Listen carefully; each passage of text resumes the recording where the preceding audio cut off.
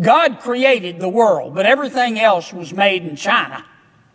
Where do you think that expression came from? It came from China cheating through its tariff barriers. Here's some. I know there's been a lot going on about tariffs. I'm not happy with what's happening in the stock market. None of us are. It's been painful. I get it. But the stock market is just a reflection of the United States economy. And the American economy is the strongest economy in all of human history. And at this moment today, the current state of our economy is the best in the world vis-a-vis the other 195 countries in the world. You want to trade places with China? Not me. Not me. China's property market imploded.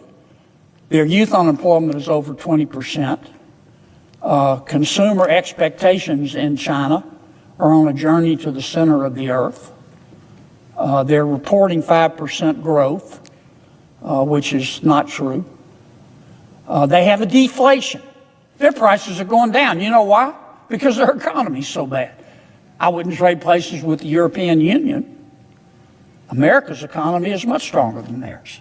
I wouldn't trade places with Canada. I'm not saying I'm happy that the Canadian economy is in the doldrums. I'm just saying that today the American economy, despite the stock market, is the strongest right now in the world. Still, I'm not happy with what's happened in the market. It's been very, very painful. But if you believe in the American economy, then you have to believe in the stock market, and you have to believe that the stock market will recover. And I think it will. That's point one. Point two, any fair-minded person would have to conclude that Donald J. Trump is tough as a boot. Whether you like him or not, the man's tough as a boot. Whether you agree with him or disagree with him, we would not be in the position that we in America are right now but for him. And what is that position? There are 195 countries in the world. 70% of them are begging the president to negotiate a deal through which they can lower their trade barriers. Now, we know, this is another thing every fair-minded person knows, that many foreign nations have used trade barriers to hurt Americans and to hurt the American economy. God created the world, but everything else was made in China. Where do you think that expression came from? It came from China cheating through its tariff barriers and its trade barriers. President Trump, whether you agree with him or not, has said, I'm going to do something about it, and he did. He did. And boy, did he get the attention of every other country, including but not limited to those countries that have been cheating. They are now coming to the table. In Louisiana, we say they've come to the lick log. Do you know what a lick log is? A lick log is a tree, a fallen tree that farmers and ranchers used to go to, and they would hollow out a trough, and they put salt and other minerals in that trough in the fallen tree that cattle and horses like to lick. And it makes the cattle and horses healthier. That's what a lick log is. And an expression is when you get somebody to the table, you say they've come to the lick log. Well, President Trump has got these countries, 70 out of 195 have already come to the table and said they want to lower their tariffs.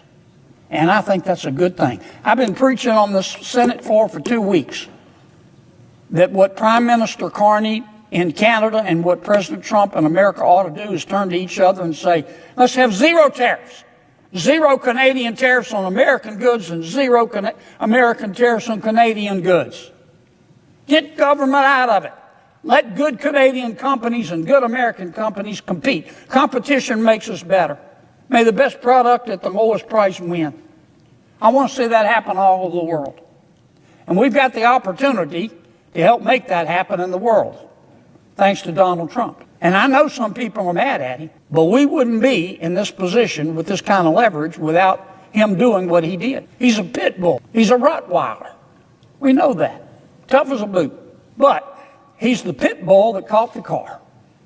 And the issue before America right now, and I don't know the answer to it, what's President Trump going to do with that car? I don't know. I listened to his aides on television this weekend. They were all over the place. Here's what I hope he does. Here's what I'd do. I would sit down with each one of those countries that want to lower its trade barriers. Some go to zero tariffs. And I'd say, I'll take a dozen. I will take a dozen. And we'll do the same. That's what free trade is. And both economies would boom. I would take a dozen. And that's what I hope President Trump does. Vietnam is offering zero tariffs. Taiwan's offering zero tariffs. The European Union's talking about it. China's all bowed up, but they'll make a deal. And the only reason they're at the table lowering tariffs is because of President Trump. Take the deal, Mr. President.